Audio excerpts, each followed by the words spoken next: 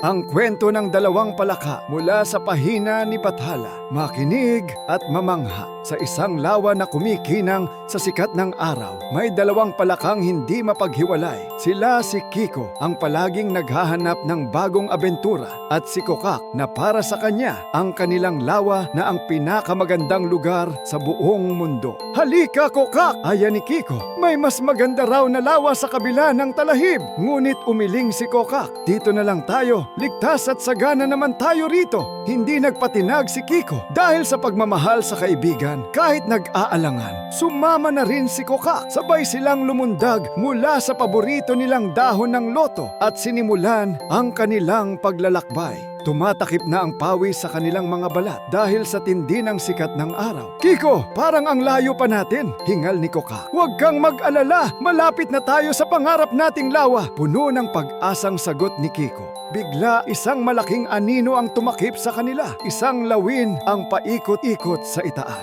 Sa sobrang takot, kumaripas sila ng takbo at nagtago sa ilalim ng isang halamang gubat. Sabi ko na sa'yo, Kiko, mapanganib dito. Nanginginig na bulong ni Kokak. Nang matiyak na ligtas na, dahan-dahan silang lumabas. Hindi nagtagal, isang kumikinang na anyong tubig ang kanilang natanaw. Ayan na, nakita na natin, Kokak, ang bago nating tahanan. Tuwang-tuwang sigaw ni Kiko. Sabik na lumundag si Kiko sa tubig. Ngunit napansin ni Kokak na hanggang sakong lang niya ang lalim nito. Teka, Kiko, sabi ni Kokak na may pag-aalala. Bakit parang putik ang tinatapakan ko at hindi buhangin?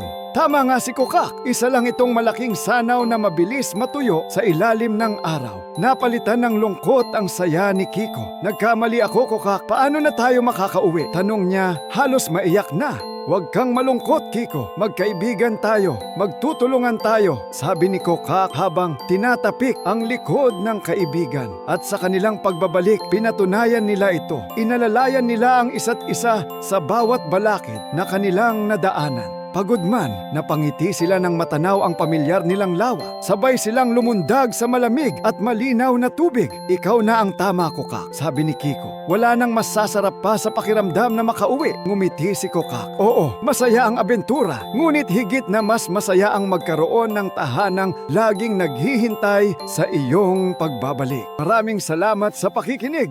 Kung nagustuhan mo ang kwentong ito, huwag kalimutang i-like at mag-subscribe. Hanggang sa susunod na alamat.